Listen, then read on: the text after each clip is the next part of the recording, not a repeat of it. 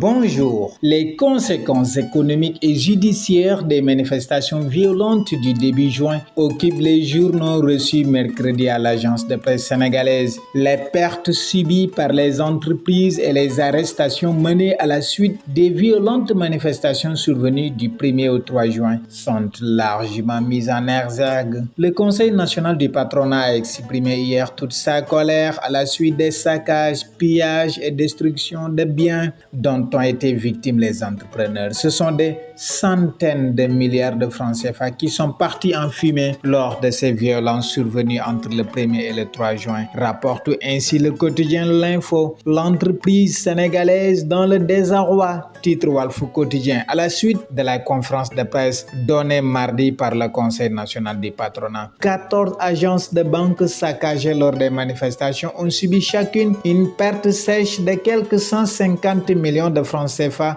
ajoute le même journal en citant Bocar Sy, le président de la Banque de l'Habitat du Sénégal. L'enseigne française Auchan déclare que 7 de ses magasins ont été la proie des pilleurs, ce qui risque d'engendrer le chômage technique de quelques 300 employés, lit-on dans Enquête et dans d'autres journaux. Le quotidien parle d'une facture salée avant de détailler les pertes subies: 100 stations d'essence vandalisées, 31 établissements bancaires pillés. Le chômage et le désinvestissement que ces actes ont entraîné ne peuvent pas être rattrapés dans une courte période, affirme le quotidien, ajoutant que l'économie sénégalaise a été durement éprouvée par les saccages. Le Témoin quotidien s'est surtout préoccupé des conséquences judiciaires des violences. Il annonce que 306 personnes, dont 63 mineurs, ont été arrêtées dans le département de Keur Massar et de Pikine pour leur participation présumée au pillage. À Dakar, ajoute le Témoin quotidien, le procureur de la République Abdou Karim Diop a signalé l'arrestation de 410 présumés auteurs d'actes de pillage. Les procureurs de Dakar et de Pikine réservent aux pilleurs un été chaud, commente Source A à sa une. Le Soleil renseigne dans ses colonnes que parmi les personnes arrêtées figurent 4 violents casseurs. L'attaque sénégalaise va-t-elle casser la baraque à Cotonou? En tout cas, selon Stade quotidien,